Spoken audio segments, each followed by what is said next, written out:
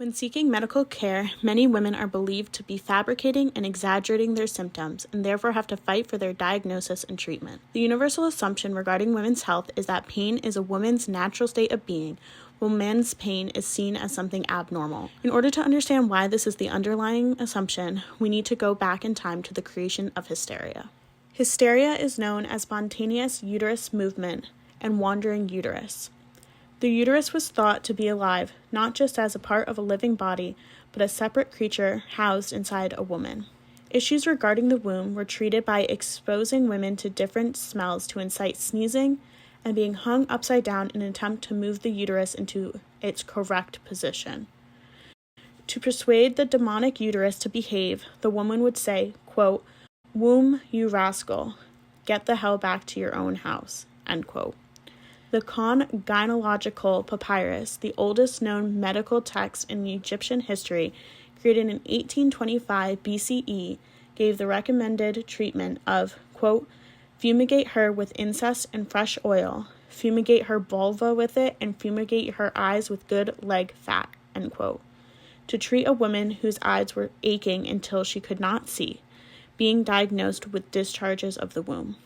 Anything a woman did that was viewed as unacceptable behavior was considered hysteria and needed treatment. Symptoms included swollen abdomen, chest pain, excessive emotion, increased or decreased sex drive, increased appetite, increased heart rate or pulse, hallucinations, nervousness, partial paralysis, and it was thought to only affect women. In ancient Greece, it was common to write off a woman as mad or not having orgasm enough. Women could be released from these conditions through sex, which was many of the treatments recommended. The story Argo's virgins in Greek mythology demonstrates this. As the story goes, Olympus goes to the city of Argos to help solve the revolt of a group of virgins that refused to, quote, honor the phallic and left to the mountains, end quote. The virgins of Argos started behaving strangely and hallucinating when they were in the mountains.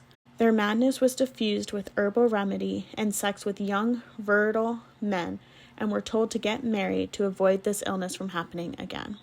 Plato argues that the uterus is sad and unfortunate when it does not join with the male and does not give rise to new birth. This argument follows much of the treatment given to women diagnosed with wandering womb. A treatment option for women suffering from hysteria is participating in the Maenad experience, which is reaching catharsis through wine and orgies. One of the most common treatments for hysteria, midwives would introduce fingers in the genital organs of hysterical women in order to stimulate orgasm and semen production in order to release excess fluid. They would also give these women a pelvic massage and put leeches in the abdomen to reduce blood in the womb. Women who were virgins, widows, single, or sterile were especially at risk for wandering womb since it was not satisfied. It is said to produce toxic fumes and takes to wandering when it is not satisfied. Men and women were targeted during the witch trials. However, women were more at risk because they were the weaker sex and believed to have demonic presence in their bodies. Similarly to hysteria, the witch trial encouraged women to be protected by men by targeting those who were single or widowed. Hysterical women were subject to exorcism, the cause of their problem found in a demonic presence. Men and women who were healers were targeted. Even though labor was historically assumed to be a woman's problem, attended by female midwives, women could be tried and killed for being a midwife or a healer. The church perceived any attempt to stop or help pain as a violation of God's wishes, enforcing the belief that pain during childbirth was a punishment for Eve's original sin, and stopping this pain is witchcraft. Since the medical field was controlled by the church, they exclusively approved of certified male physicians and not female healers.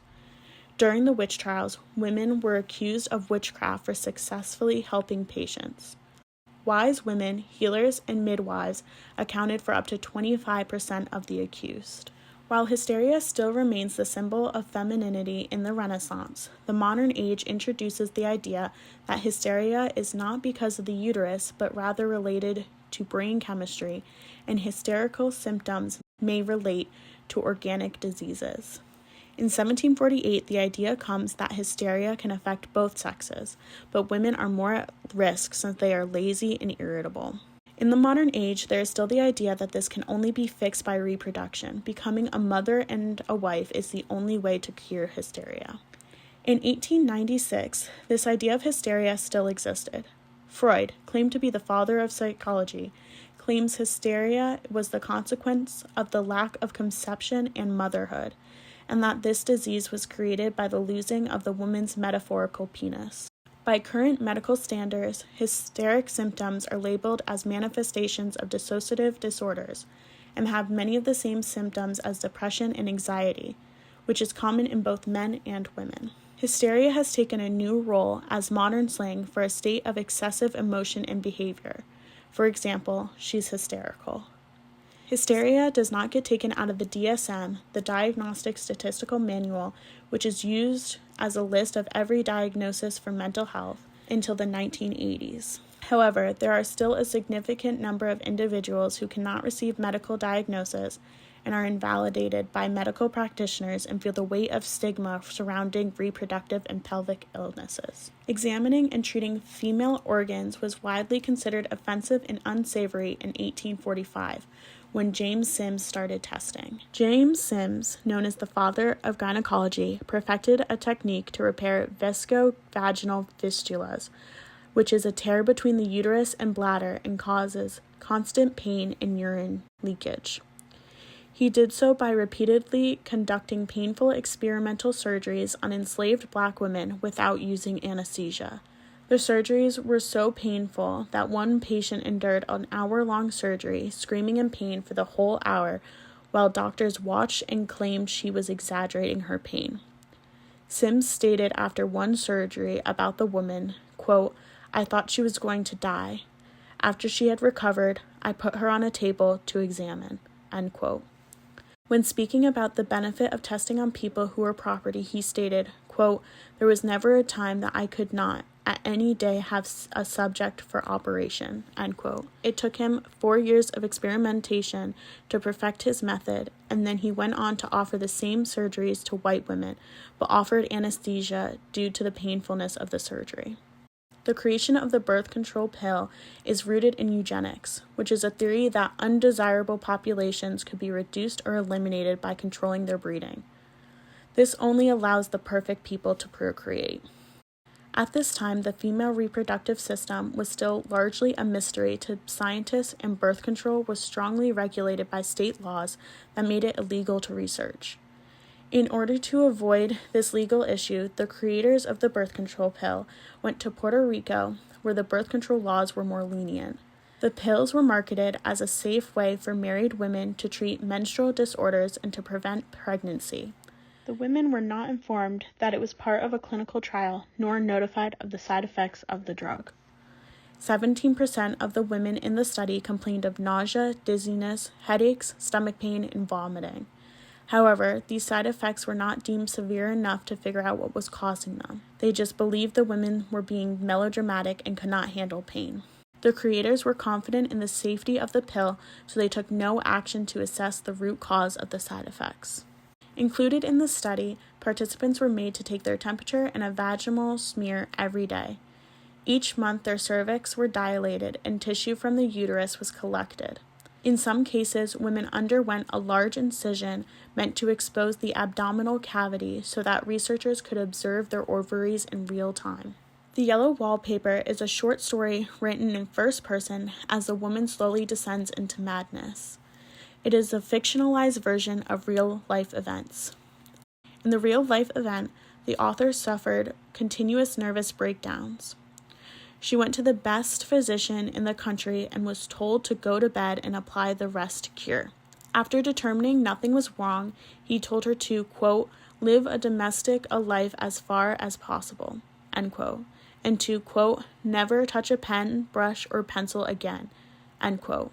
This was in 1887.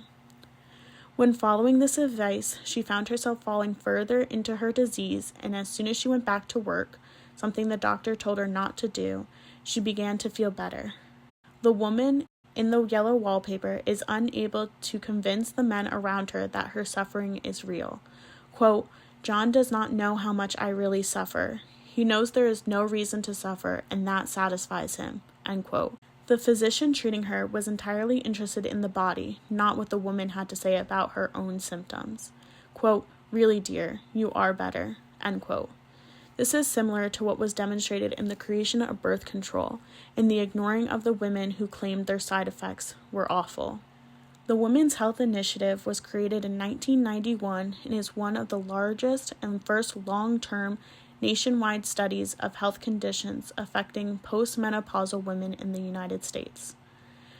Not until Bernadine Healy became the first female director of the United States National Institutes of Health in 1991 was it required for the inclusion of females in medical trials.